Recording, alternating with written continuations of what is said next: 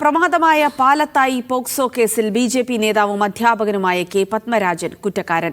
ബലാത്സംഗം, പോക്സോ അടക്കമുള്ള വിവിധ വകുപ്പുകൾ പ്രകാരം പ്രതി കുറ്റക്കാരനാണെന്ന് തലശ്ശേരി ജില്ലാ പോക്സോ കോടതി കണ്ടെത്തി.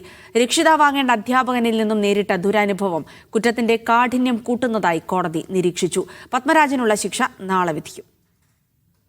2020 ജനുവരി മാസമാണ് 4ാം ക്ലാസ്സുകാരിയായ വിദ്യാർത്ഥിയെ അധ്യാപകൻ പീഡിപ്പിച്ചത്. സ്കൂളിലെ ശുചിമുറിയിൽ വെച്ച് പീഡിപ്പിച്ചുവെന്നാണ് കേസ്. പീഡനം നടന്ന തീയതി സംബന്ധിച്ച കുട്ടിയുടെ മൊഴിയിലെ വൈരുദ്ധ്യം ചൂണ്ടിക്കാട്ടി ലോക്കൽ പോലീസ് തള്ളിയ കേസിലാണ് പ്രതി കുറ്റക്കാരനാണെന്ന് പോക്സോ കോടതി വിധിച്ചത്.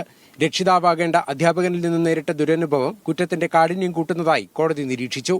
ഇതിന്റെ അടിസ്ഥാനത്തിലാണ് ബലാത്സംഗവും പോക്സോ നിയമത്തിലെ വിവിധ വകുപ്പുകളും പ്രതിക്കെതിരെ ചുമത്തിയത്. പോക്സോ ആക്ട് പ്രകാരമുള്ള അന്തിമ റിപ്പോർട്ട് കോടതിയിൽ വരികയും അതിന് കുഞ്ഞിനെ സംബന്ധിച്ചിടത്തോളം ഒരുപാട് ബുദ്ധിമുട്ട് ആ കുഞ്ഞിന് സഹിച്ചിട്ടുണ്ട്.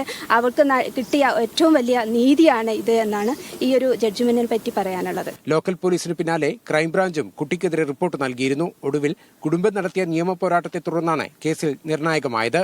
ഹൈക്കോടതി നിർദ്ദേശപ്രകാരം രൂപീകരിച്ച പ്രത്യേക അന്വേഷണ സംഘമാണ് പ്രതിക്കെതിരെ പോക്സോ വകുപ്പ് ചുമത്തി കുറ്റപത്രം നൽകിയത്.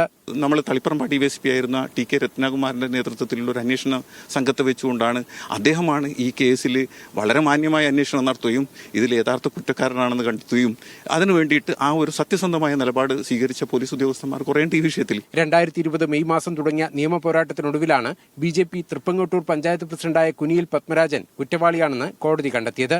ഹൈക്കോടതി ജാമ്യത്തിലുണ്ടായിരുന്ന പ്രതിയെ കോടതി ഇന്ന് ജയിലിലേക്ക് അയച്ചു. മീഡിയ 1 കണ്ണൂർ.